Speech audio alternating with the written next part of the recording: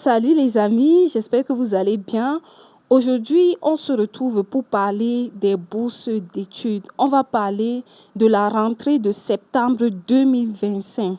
Parce que récemment, j'ai remarqué que certaines universités chinoises ont déjà lancé avec la procédure de bourse. Oui, parce que tout le temps, il y a des membres de la communauté qui me demandent, Queenie Shine, est-ce que les bourses sont déjà lancées? À quel moment on va lancer les bourses? Comment nous devons faire pour nous apprêter? Tout ça, je reçois ce genre de questions. Donc, sachez que les bourses d'études ont déjà été lancées, mais ce n'est pas toutes les universités.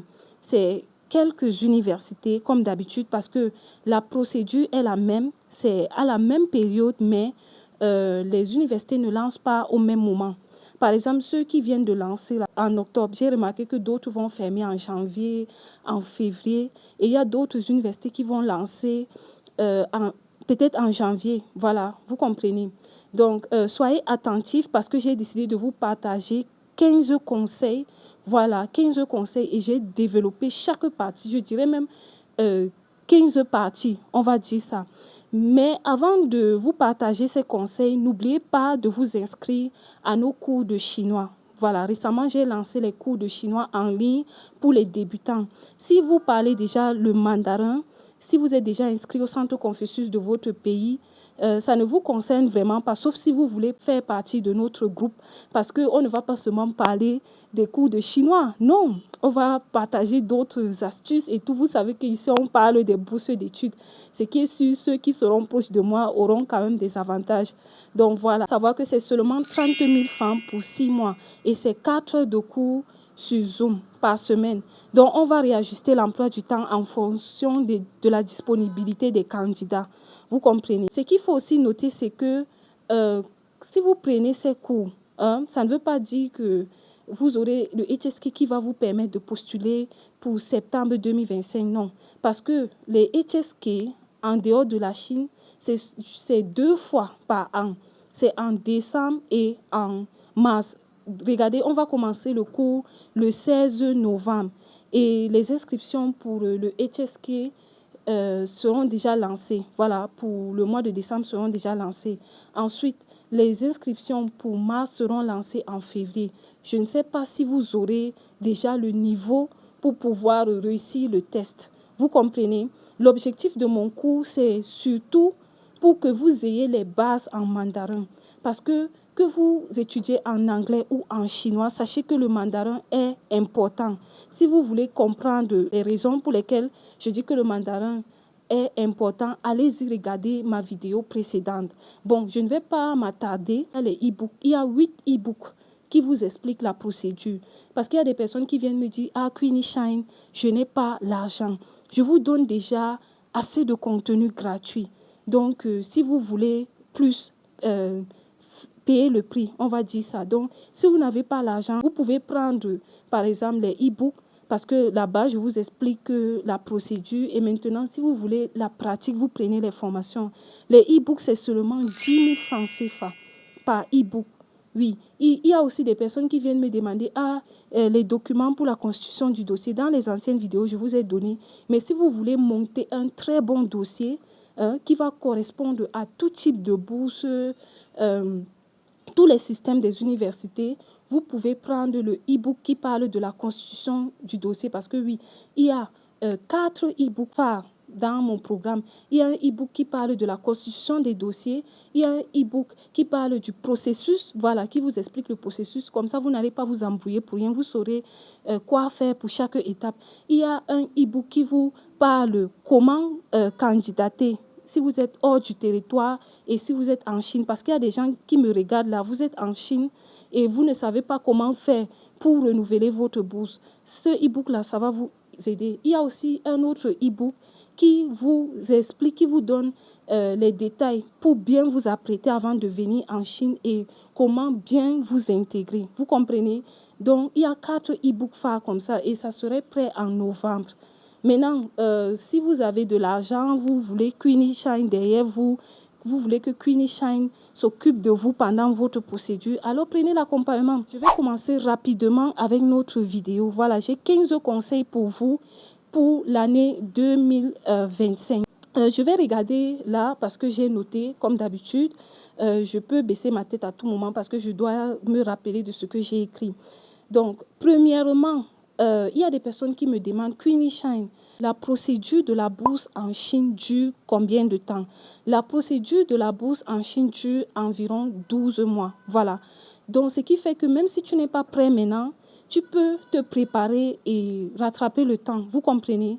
Donc, voilà, tu peux te préparer, surtout si vous prenez les e-books. Parce que là-bas, vous avez des données qui vont vous aider à maximiser le temps. Voilà.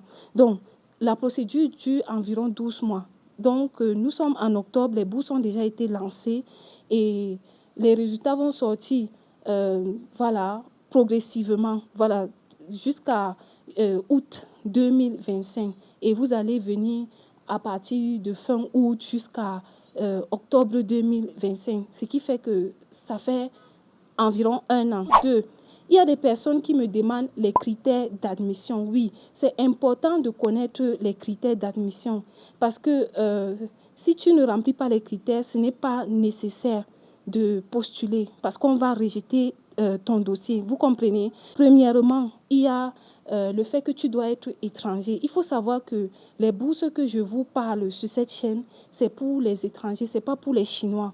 Donc, il faut être étranger. La plupart des bourses concernent tout le monde. Il y a quand même certaines bourses qui sont pour les Asiatiques et tout ça, mais sinon, la majorité des bourses, c'est pour tout le monde. Pour prouver que tu es étranger, il faut quoi? Il faut le passeport. J'espère que vous qui me regardez et qui veulent venir en Chine, vous avez déjà vos passeports. L'autre critère, c'est quoi? C'est la santé. Il faut que tu sois en bonne santé. Et pour cela, les universités vont te demander le rapport médical. Et il faut que ton rapport médical soit valide. L'autre critère encore, c'est quoi? C'est l'âge. Voilà, l'âge est important. Il y a souvent des personnes qui m'écrivent, qui me disent, Queenie Shine, je vais venir en Chine. Je vous demande votre âge. Ce n'est pas parce que, bon, je sais que dans certaines cultures, ce n'est pas bien de dire à une personne, tu as quel âge, mais je vous demande pour me rassurer que vous remplissez les critères. Il faut savoir qu'en Chine, généralement, le minimum d'âge qu'ils acceptent, c'est 18 ans. Mais ils peuvent aussi accepter à partir de 16 ans. Pour cela, il faut que tu aies un tuteur légal en Chine. Vous comprenez? Il faut avoir un tuteur légal si tu as moins de 18 ans. Sinon, c'est à partir de 18 ans jusqu'à 35 ans. Ça, c'est en général. Mais sinon, il y a des universités qui peuvent admettre jusqu'à 45 ans, 55 ans, mais c'est plus pour la langue ou bien le doctorat. Vous comprenez? Donc, généralement, la limite d'âge pour la licence, c'est 25 ans. La limite d'âge pour le master, c'est 30 ans. La limite d'âge pour le doctorat, c'est 35 ans. Je dis en général. Sinon, il y a des universités qui font des exceptions. Vous comprenez? Voilà pourquoi je vous dis aussi de faire des recherches. L'autre critère encore, c'est d'avoir une bonne moralité. Voilà, les Chinois sont des personnes ouvertes qui donnent des opportunités, mais ils veulent quand même se rassurer que tu as une bonne moralité, tu vas bien se comporter sur leur territoire. Voilà pourquoi on vous demande l'extrait de casier judiciaire. Donc, ton casier judiciaire doit être vierge. J'espère que vous avez déjà votre extrait de casier judiciaire. L'autre critère, c'est quoi? Hein? La capacité linguistique. La maîtrise linguistique, j'insiste sur cette chaîne. La maîtrise linguistique, il faut parler soit le chinois ou l'anglais parce qu'en Chine, on a deux types de programmes. Les programmes en anglais et les programmes en chinois. Donc, si tu parles une autre langue, ce n'est pas possible. Mais ça ne veut pas dire que tu ne peux pas venir en Chine si tu ne parles pas ces deux langues. Il y a des programmes préparatoires, hein, des programmes de langue, on va dire ça. Il y a des personnes qui viennent, qui ne parlent même pas un seul mot en chinois et qui commencent par le niveau basique. Petit à petit, ils apprennent la langue et commencent avec leur programme. Vous comprenez les amis? On va parler des dépenses pour la procédure. Il y a souvent des personnes qui me demandent, Queenie Shine, combien il me faut pour la procédure de bourse en Chine? Voilà. Déjà, il faut savoir que quand tu veux postuler en Chine, tu peux passer soit par une agence, voilà, tu peux passer par une agence ou bien tu peux postuler de toi-même. Ce n'est pas obligatoire de passer par une agence. Récemment, il y a un membre de la communauté qui m'a laissé un commentaire que il regarde plusieurs vidéos. Il y a des agences qui sont en collaboration avec les universités chinoises. Et j'ai répondu à ce commentaire, mais j'ai dit que je ne vais pas développer cet aspect. D'ailleurs, il y a les agences qui m'ont contacté et qui ont besoin de mon accompagnement. Je réfléchis parce qu'à la base, j'ai prévu l'accompagnement pour les étudiants. Donc, si vous, les agences, vous avez aussi besoin de l'accompagnement, je vais voir comment je vais réajuster. Voilà, je vais réfléchir. Mais si je vous accompagne, rassurez-vous, ça va rester dans la confidentialité. Pour postuler en Chine, tu peux postuler de toi-même parce que les écoles ont prévu que ce sont des candidats eux-mêmes qui vont postuler. Vous comprenez, les écoles ont prévu. Si vous lisez le chinois ou l'anglais et que vous entrez dans le système, vous allez vous rendre compte que les écoles ont prévu que c'est les candidats eux-mêmes qui postulent. Donc voilà. Premièrement, si c'est toi qui postules, quelles sont les dépenses que tu vas faire? Il y a les documents parce que la plupart d'entre vous, vous êtes des francophones, n'est-ce pas? Vous parlez le français, vous avez fait vos études en français. Pour que tu viennes étudier en Chine, il faut que tes documents soient soit en anglais ou bien en chinois. On traduit avec l'argent, vous comprenez? Parce que tu vas aller dans une structure pour traduire tes documents. On ne va pas te les faire gratuits. Je ne vais pas vraiment te donner les dépenses totales pour la traduction. Il faut aller dans une structure, donner tes documents, essayer de négocier avec eux et tout ça. Mais tu auras ces dépenses-là. Il y a aussi les frais d'enregistrement. En Chine, quand tu postules, tu peux postuler soit gratuitement ou bien c'est payant. Vous comprenez, il y a des universités qui peuvent vous demander 400, 600, 700, 800 yuan. Donc, il faut aussi prévoir ces sommes-là.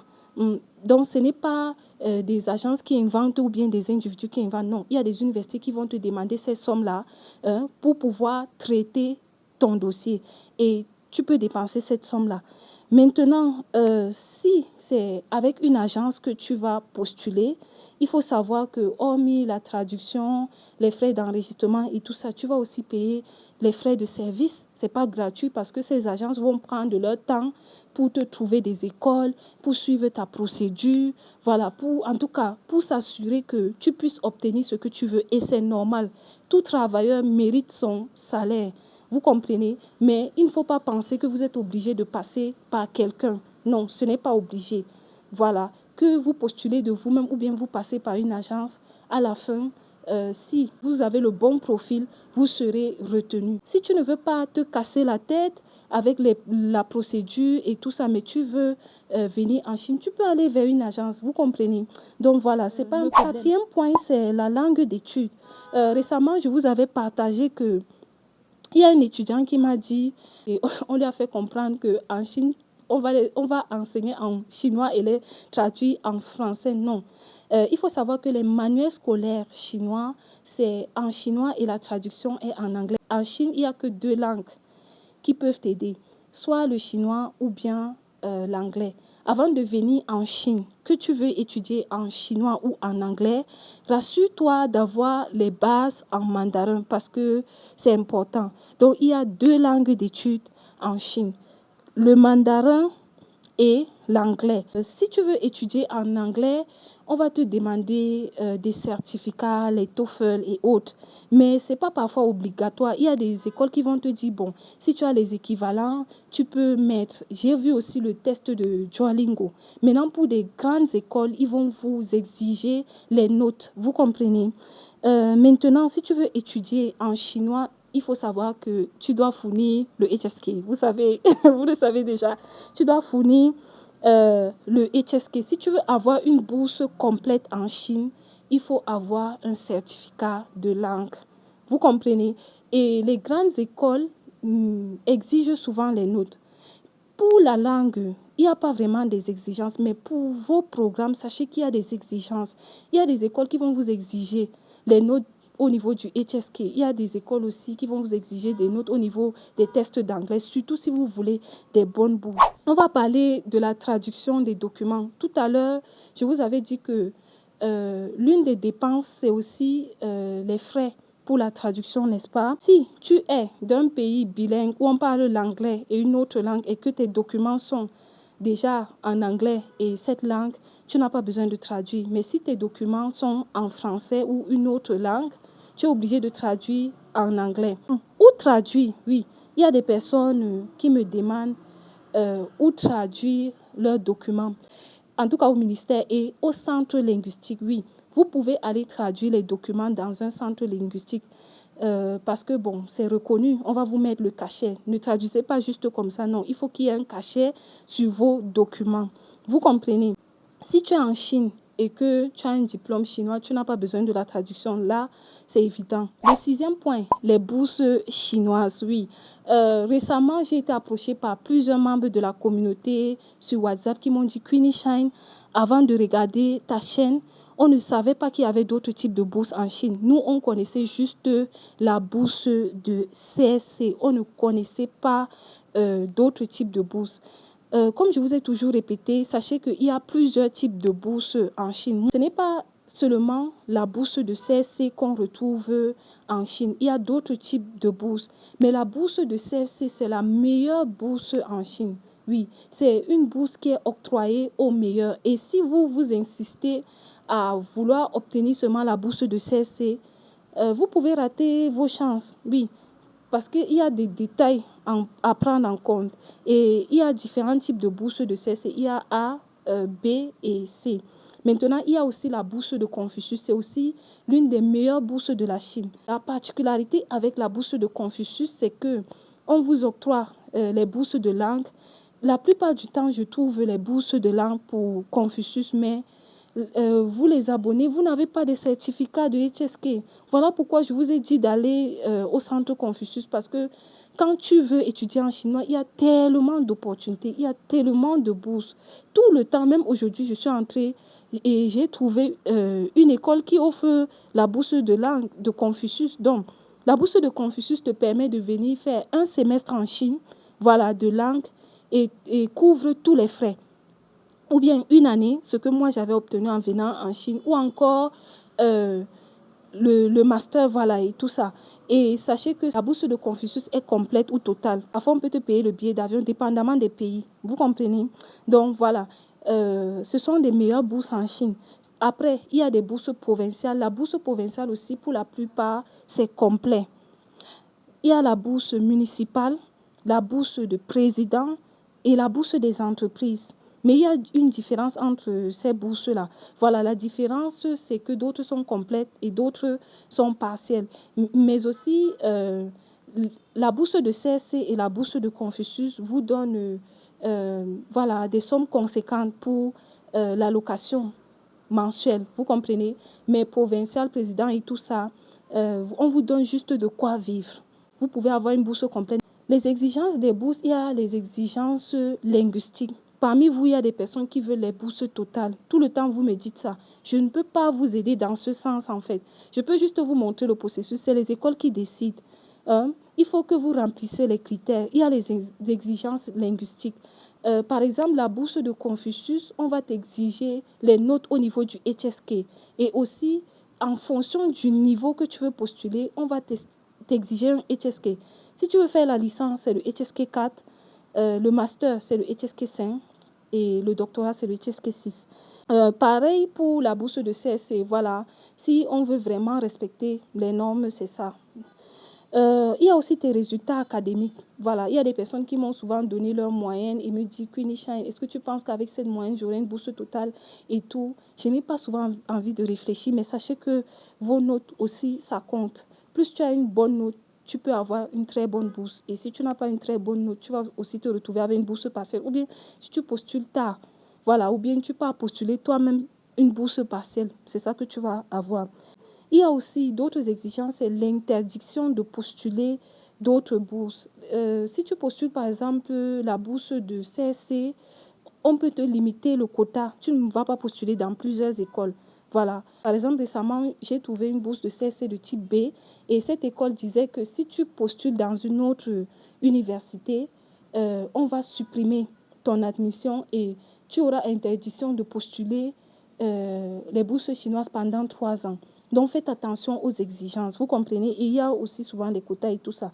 Maintenant, les exigences encore, c'est l'évaluation annuelle pour le maintien de ces bourses-là.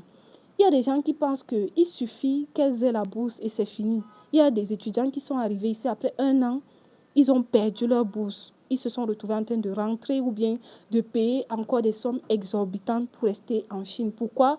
Parce que ces étudiants ne savaient pas que quand tu obtiens une bourse, tu peux la perdre. Vous comprenez? Mais ce n'est pas tous les types de bourses. C'est surtout vos bourses chouchou là. Oui, je vais dire vos bourses chouchou. Oh, je veux la bourse de CSC pour ce total. Oh, je veux la bourse de Confucius. Sachez qu'il y a des exigences. Il y a l'évaluation annuelle. On peut te dire, par exemple, tu ne dois pas avoir moins de 80 sur 100. Parce qu'en Chine, on note sur 100. Ce n'est pas comme dans notre système éducatif où on note sur 20. Vous comprenez? Autre chose encore, le dépôt de dossier. Voilà. Comment on procède pour déposer les dossiers pour ces bourses-là? Je vous ai toujours dit que c'est à travers leur site. Tu vas aller sur le site et tu vas entrer dans le système, créer ton compte, puis remplir tes informations et enfin soumettre. Ou bien, il y a aussi le dépôt physique. Il y a les bourses où on va te dire, OK, tu postules en ligne et tu les envoies les documents physiques. Et il y a des bourses où on va te demander de compresser le dossier. Voilà. Mais avant de compresser, il y a le formulaire de demande de bourse que tu vas remplir et tu vas joindre à tes documents, compresser, ensuite envoyer par email à l'école. Donc voilà, c'est ce que je vais vous partager au niveau des bourses. Et il y a encore quelques... Le septième point, on va parler des diplômes. Oui, très souvent, il y a des personnes qui m'ont demandé, qui m'ont dit, Queenie, j'ai le BTS. Est-ce que je peux postuler avec le BTS? Dans le système éducatif chinois, on ne parle pas de BTS, on parle de licence, master, doctorat. Donc, tu ne peux pas postuler avec ton BTS. En Chine, on postule à partir du baccalauréat. Vous comprenez? Donc, tu peux postuler pour la licence avec ton bac, tu peux postuler pour le master avec ta licence, ou bien tu peux postuler pour le doctorat.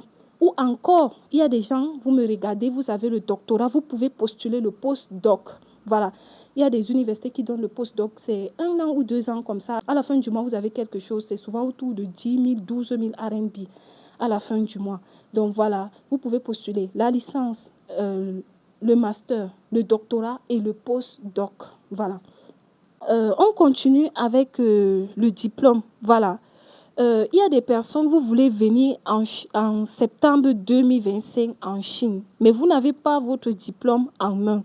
Voilà, vous allez finir peut-être en décembre, euh, en, en mars, en juin et tout ça. Et quand vous allez finir en juin, ça va trouver que tous se sont en train de fermer, n'est-ce pas? Donc, sachez qu'en Chine, c'est pas compliqué. Oui, si tu n'as pas encore ton diplôme en main, tu peux postuler avec l'attestation. Moi, par exemple, je suis venue ici avec mon attestation de licence. Je n'ai pas mon diplôme de licence en main, j'ai juste l'attestation. Et depuis, c'est avec ça que je repostule. Ça ne dérange pas. Voilà, tu peux postuler avec l'attestation si tu n'as pas le diplôme. Maintenant, si tu n'as pas encore fini, si tu es en Chine, tu es à ta dernière année de licence ou bien tu es dans ton pays, tu es à ta dernière année de licence, de master, tu veux postuler, tu peux postuler sous réserve, mais avec le certificat de scolarité. Pour avoir le certificat de scolarité en Chine, il faut aller dans ton département, voilà, ou bien au bureau international, tu les demandes le certificat de scolarité. En chinois, on appelle ça Zaitu Zhengming. Les Chinois reconnaissent ça. Mais sois sûr que tu vas finir cette année. Donc, arrivé en juin, juillet, quand on va donner les résultats, si on te retient, on va te demander où est ton diplôme. Vous comprenez? Mais à la fin, avant de te donner tes documents, on va te demander ton diplôme. Donc, vous pouvez postuler avec 2 documents à la place du diplôme, l'attestation et le certificat de scolarité. Même toi qui es au pays, tu peux toujours aller demander le certificat de scolarité. Tu postules sous réserve. Maintenant, dès que tu termines et que tu as l'attestation, hein, tu contactes l'université et tu les envoies tout simplement le document et on ne va pas te compliquer. Si tu as des bons résultats, on va te retenir. Voilà, donc c'est pas compliqué. Sachez que quand les résultats vont sortir, pour ceux qui sont en Chine, vous êtes obligés de présenter l'attestation et le diplôme. Pourquoi? Parce qu'en Chine, quand tu finis, on te donne les 2 documents. Si tu n'as pas de problème, on te donne les 2 documents. Mais si tu ne remplis pas certains critères, on te donne juste l'attestation, on ne te donne pas le diplôme. Donc, les universités vont t'exiger les 2 documents parce qu'ils savent, ils connaissent leur système. C'est différent du système de ceux qui sont à l'extérieur. Maintenant, le choix des villes. Voilà les choix des villes en Chine. Il faut savoir que la Chine est grande. Il y a des personnes, quand elles pensent à la Chine, elles pensent seulement à Guangzhou. Donc, elles imaginent qu'elles vont arriver ici et il y a seulement des marchés partout.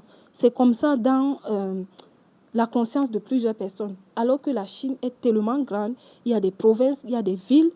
On ne choisit pas des villes au hasard en Chine, dépendamment de ta motivation. Parmi vous, il y a des personnes qui disent, Quenisha, je veux venir ici et faire un peu mes affaires. D'autres, vous êtes déjà entrepreneur, vous avez des entreprises dans vos pays. Donc, si vous voulez choisir des villes, choisissez en fonction de vos motivations. Si tu veux fréquenter, il y a une catégorie de villes que tu peux aller là-bas. Si tu veux faire tes affaires aussi, je ne parle pas de Guangzhou parce que pour faire les affaires en Chine, ce n'est pas obligé que tu ailles à Guangzhou parce que tu peux voyager à tout moment. Oui, si tu es ici, tu peux circuler dans la Chine comme tu veux. On va parler de l'importance du HSK et d'étudier en chinois. C'est le point 9. L'importance, je reviens dessus parce que c'est important.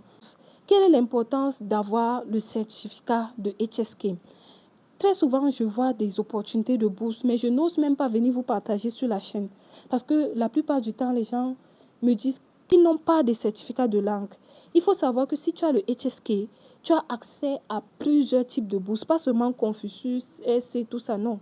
Il y a provincial, municipal, président, la bourse des entreprises. Donc, quand tu as le HSK, les Chinois savent que, ok, tu as quand même de l'amour pour leur culture et leur langue. Ça te facilite, voilà, l'accès aux bourses. Et tu peux facilement avoir des bourses complètes. Euh, Récemment, j'ai la connaissance de plusieurs personnes à travers cette chaîne. Je vois des gens dans des bourses bizarres ou bien des situations bizarres.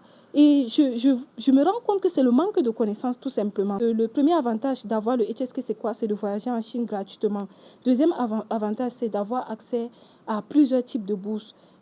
Troisième avantage, c'est de trouver facilement votre filière, oui. Parce que quand on parle de la Chine, c'est les Chinois. Les Chinois parlent quoi? La langue chinoise. Donc, sachez que si vous voulez faire votre programme en chinois, vous avez la possibilité de trouver votre filière facilement. D'abord, toutes les filières sont déjà en chinois. Maintenant, il y a des programmes que c'est difficile de trouver. Vous pouvez trouver une bourse. Maintenant, quand vous voyez la langue d'études, c'est chinois. Alors que vous voulez étudier en anglais, vous voyez.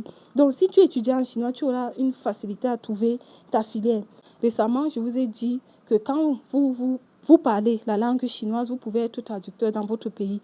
Et on ne va pas te demander le diplôme de traducteur, tout ça, non. Il suffit d'avoir un HSK et de bien t'exprimer. Voilà. Autre avantage, c'est obtenir facilement la bourse. Voilà. Ce que vous devez noter, c'est que pour étudier en chinois, il faut des HSK. Hormis la langue, parce que j'ai trouvé des opportunités là pour des personnes qui veulent venir faire la langue. J'avais dit que je n'accompagne pas pour Mars, mais je vais prendre quelques personnes. Vite fait, on ne va pas développer parce que je vois que la vidéo sera longue. Peut-être je vais parler dans une autre vidéo. Le 10e point, il y a des personnes qui me disent, Queenie Shine, quelle est la procédure pour postuler ma filière? C'est ce que les gens me disent. Sachez que la procédure d'obtention de bourse est la même pour toutes les filières. Voilà. Il y a différents types de bourses, mais la procédure est la même parce que les systèmes sont presque identiques. Donc, voilà. Mais la bourse de Confucius, c'est pour les personnes qui veulent être des enseignants de la langue chinoise. Si tu veux être enseignant de la langue chinoise, oui, tu peux chercher la bourse de Confucius, mais il faut être prêt parce que le standard est élevé et on peut facilement te couper la bourse. Si tu veux plus de détails, contacte-moi. Donc, voilà. Voilà, mais si tu veux d'autres filières, il faut te tourner vers la bourse de CSC, provinciale, municipale, la bourse des entreprises, président. Mais maintenant, la bourse des entreprises aussi, c'est pas, ça ne concerne pas toutes les filières. J'ai vu que c'est souvent les filières d'ingénierie. Vous comprenez, donc ce n'est pas toutes les filières aussi, la bourse des entreprises. Mais avec la bourse de Confucius, vous pouvez bénéficier d'un semestre ou d'une année de langue. Après ça, vous partez chercher votre filière. Vous comprenez? Donc, voilà. Mais sinon, la procédure reste pareille. Les amis, quand j'ai terminé la vidéo, je me suis rendu compte qu'il y avait certaines parties où il n'y avait pas le son parce que le micro se déconnectait en fait. Donc, je reprends la vidéo après quelques temps. Vous allez voir la différence au niveau de voilà, la qualité parce que c'est déjà sombre. Vous voyez, comme les informations que je suis en train de partager avec vous sont importantes, j'ai jugé reprendre les parties qui n'étaient pas bonnes. Continuer avec le point 11. Voilà, je vous avais dit que mon micro a eu un souci et il n'y avait pas de son. Je suis obligée de reprendre les parties où il n'y avait pas de son. On va parler du point 11. Voilà. Au point 11, c'est contacter l'école. Oui. Comme vous le savez déjà, pour postuler en Chine, vous n'êtes pas obligé de passer par quelqu'un. Vous n'êtes pas obligé d'aller dans une agence, venir trouver Queenie Shine ou bien aller trouver quelqu'un d'autre. Pour venir en Chine, tu peux postuler de toi-même. Ça ne diminue pas tes chances. Mais il faut avoir les bonnes informations. Il faut te rassurer que tu remplis les exigences. Voilà, tu remplis les critères et postuler tout simplement. D'ailleurs, il y a souvent des universités qui offrent des conférences aux étudiants pour les parler des différentes bourses et autres. Vous comprenez? Il vous faut juste l'information. Au point 12, si vous voulez postuler les meilleures bourses, il faut savoir qu'on va mettre l'accent sur vos résultats. Avant d'aller viser haut, rassurez-vous vraiment que vous remplissez les critères. Vous comprenez? On va vraiment regarder vos notes et tout ça. Vous comprenez? Donc, faites vraiment attention. Point 13, on va parler de la lettre d'acceptation ou bien du superviseur. Pour les candidats du master et du doctorat, vous savez que vous avez besoin des superviseurs parce que pour le master, quand on te donne 3 ans, c'est 1 an et demi de cours et 1 an et demi pour la rédaction de ton travail. Pour le doctorat, c'est souvent 1 an de cours et 3 ans de recherche et tout ça. Ce qui fait qu'il est important d'avoir un enseignant qui va te suivre lors de ton cursus. Voilà. Mais ce qu'il faut savoir, c'est que tu n'es pas obligé de faire la demande de la lettre d'acceptation avant de postuler. Il y a les universités qui vont t'exiger ce document et d'autres qui ne vont pas t'exiger. Donc, vous n'êtes pas obligé. Si vous ne trouvez pas des encadreurs dans le système postulé, ne vous retenez pas. Ce n'est pas une obligation. Mais si tu as la lettre d'acceptation, ça augmente tes chances. Parce que s'il y a 2 dossiers, un dossier où il y a la lettre d'acceptation et un autre dossier qui n'a pas la lettre d'acceptation et qu'on veut un candidat, il est fort probable qu'on retienne l'autre tout simplement parce qu'il est difficile pour les étudiants étrangers de plus en plus d'avoir les encadreurs parce qu'il y a nos aînés qui ont souvent laissé des mauvaises images. Voilà. Il y a certains étudiants étrangers qui viennent, qui ne travaillent pas et parfois les encadreurs sont réticents, vous comprenez. Maintenant, si tu veux avoir une lettre d'acceptation, que faut-il faire? Premièrement, il faut avoir un domaine de recherche, c'est important. Dans ta filière, il y a plusieurs domaines. Quel est l'aspect qui t'intéresse? Par exemple, moi, je suis enseignante de la langue chinoise. Mon domaine, c'est les manuels scolaires. Si tu me donnes un manuel scolaire et tu me demandes si ça correspond à une catégorie d'étudiants ou d'élèves, si voilà, je regarde et tout, je peux te dire si c'est bon ou pas. Vous comprenez, mon domaine, c'est les manuels scolaires. Donc, dans ta filière, quel est ton domaine? En fonction de ton domaine, tu vas donc chercher un enseignant qui est déjà dans ce milieu-là. Voilà, qui est avancé dans ce milieu pour qu'il t'encadre, pour qu'il te donne les clés afin que tu approfondis tes connaissances. Voilà, le point suivant, c'est de chercher l'encadreur en fonction de ton domaine, en fonction de ce qui t'intéresse. Vous devez avoir les mêmes domaines de recherche. Puis, autre chose, c'est tes performances. Il faut savoir que le doctorat, ce n'est pas un jeu. Là, je m'adresse au doctorant. Ce n'est pas un jeu. On suppose que tu sais déjà ce que tu veux, tu sais pourquoi tu postules, tu sais ce que tu veux faire comme carrière. Ton plan de recherche, si tu sais déjà ce que tu veux faire comme domaine, tu dois faire un plan de recherche. Ton CV et tout ça. La langue, il faut savoir bien t'exprimer parce que tu vas rédiger les articles. Vous comprenez? Et quand tu as déjà fait ton plan de recherche, ton CV, tu peux donc te diriger vers un enseignant. Tu peux envoyer un message à un enseignant pour l'amener à te retenir, voilà, comme son étudiant. Puis, utiliser ce document pour postuler. Point 14, on va parler de la validité du passeport. C'est important. J'ai consacré un point sur la validité du passeport parce que c'est très important. Souvent, quand les universités lancent les bourses d'études, elles vont vous dire qu'elles ne veulent pas des passeports qui ont une validité de moins de 2 ans, donc minimum 2 ans, si vous voulez postuler, parce que c'est aussi un problème. Rassurez-vous que vous avez des passeports valides ou bien des passeports qui ont une validité d'au moins 2 ans. Récemment, il y a un abonné sur la chaîne qui m'a raconté une histoire. Il y a sa soeur qui a obtenu une bourse en Chine. On l'a envoyé la lettre d'admission et le JW. Quand elle part demander le visa à l'ambassade, l'ambassade lui dit non, ton passeport expire bientôt, on ne peut pas te mettre le visa. Voilà, il faut aller refaire le passeport. Quand elle part refaire le passeport et elle repart vers l'ambassade, on dit non, le numéro du nouveau passeport et le numéro de passeport qui est sur le JW ne sont pas pareils. On ne peut pas te donner le visa. Il faut contacter l'école et que l'école t'envoie un autre JW. Vous comprenez? Et c'est des problèmes. Là, c'est pas sûr. Je ne sais pas si l'école l'a aidé ou pas. Bref, je n'ai plus discuté avec l'abonné. Mais c'est des problèmes en sachant que le JW, c'est un document qui est donné par le gouvernement. Et il faut un moment pour l'avoir. Donc, je ne sais pas comment ils ont pu résoudre ce problème. Mais il faut faire attention à ces détails-là.